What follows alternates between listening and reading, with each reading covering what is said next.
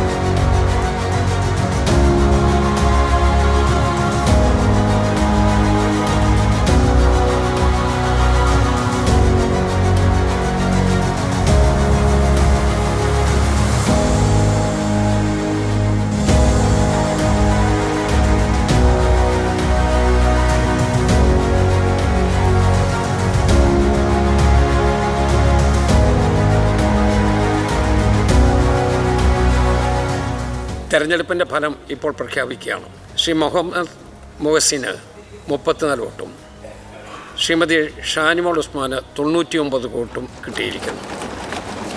ശ്രീമതി ഷാനിമോൾ ഉസ്മാനെ നിയമസഭ ഡെപ്യൂട്ടി സ്പീക്കറായി തെരഞ്ഞെടുത്തതായി ഞാൻ പ്രഖ്യാപിച്ചു.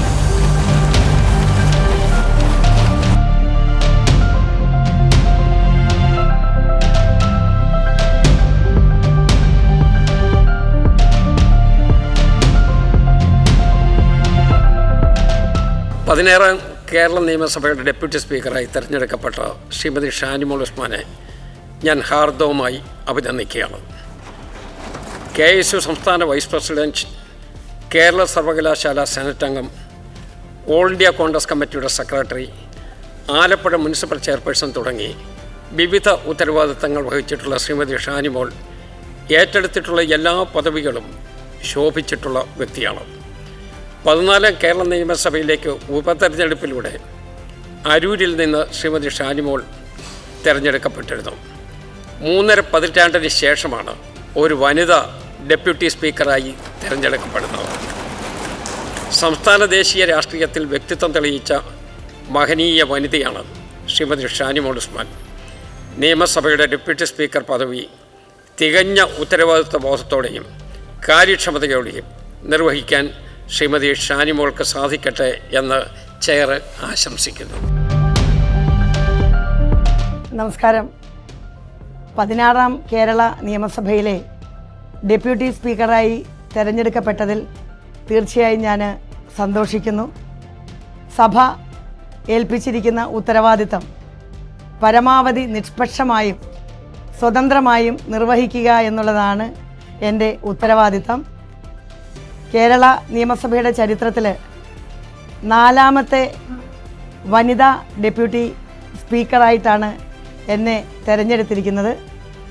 കഴിഞ്ഞ 3 ഡെപ്യൂട്ടി സ്പീക്കറായിട്ടുള്ള നമ്മുടെ ഉന്നതരായ വനിതാ നേതാക്കന്മാരെ അവരുടെ പ്രവർത്തനങ്ങളെ ഞാൻ അങ്ങേയറ്റം ശ്ലാഘിക്കുന്നു. കഴിഞ്ഞകാല നിയമസഭയുടെ പ്രവർത്തനങ്ങൾ കൃത്യമായി പഠിച്ചുകൊണ്ട് മുന്നോട്ടുള്ള പ്രവർത്തനങ്ങൾ കൊണ്ടുപോകുക എന്നുള്ളതാണ് ലക്ഷ്യം.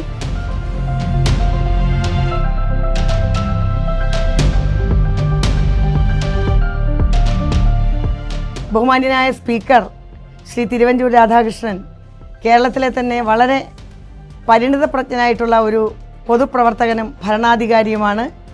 അദ്ദേഹത്തിൻ്റെയും നിർദ്ദേശത്തോടു കൂടി പരമാവധി നന്നായി ഈ സ്ഥാനം മുന്നോട്ട് കൊണ്ടുപോവുക എന്നുള്ളതാണ് എൻ്റെ ഉത്തരവാദിത്തം. തീർച്ചയായിട്ടും വനിതകളുടെ ക്ഷേമത്തിന് വേണ്ടി ഒട്ടേറെ കാര്യങ്ങൾ നമുക്ക് ചെയ്യാനുണ്ട്. സംസ്ഥാനം സാക്ഷരതയിലടക്കം 1ാമതെത്തുമ്പോഴും ഏതെങ്കിലും തരത്തിലൊക്കെയുള്ള സ്ത്രീകളുടെ പിന്നോക്കാവസ്ഥ കൃത്യമായി അഡ്രസ്സ് ചെയ്യപ്പെടേണ്ടതാണ്. അതിനു വേണ്ടിയുള്ള എല്ലാ കാര്യങ്ങളിലും ഞാൻ മുൻകൈ എടുക്കുമെന്ന് കൂടി ഈ അവസരത്തിൽ പറയുകയാണ്.